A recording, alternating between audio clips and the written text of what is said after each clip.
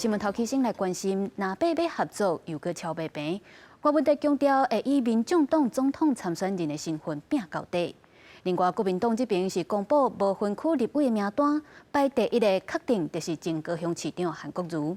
因那民进党的赖清德是传出讲，明仔载会宣布和驻美代表萧美琴做伙参选，而且嘛强调支持度上悬的也是因民进党。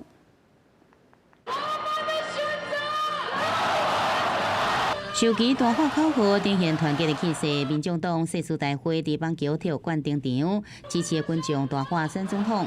郭文铁也以奋战到最后一刻来回应。我不会违背民意，我也不会背弃你们。为了终结人民的痛苦，我会释出最大善力，团结一切可团结的力量。但是，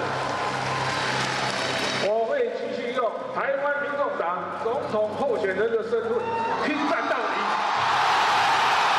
大选愈来愈近，外界关心知影整合的进度，国民党甲民众党合作决议以民调决定正副总统人选。不过双方对着民调数据也有统计误差，并无达成共识。国民党主席朱立伦讲，随时准备好，双方幕僚甲幕僚中间也是保持沟通，希望中小委因利对国民党甲民众党合作工作进度做最后确认。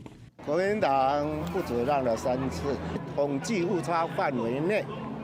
是柯文哲主席自己提出来的，这就是一个科学，不是侯友宜说的算，也不是柯文哲说的算。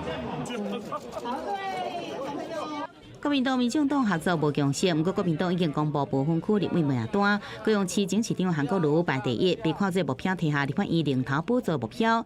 原来民进党赖清德南下参加新来台湾姊妹会成立大会，搁再批评国民党甲民众党毋是主流民意。 邀约，也是选举的理念，就是你讲天主是全台湾最大的共识，就是下架民进党。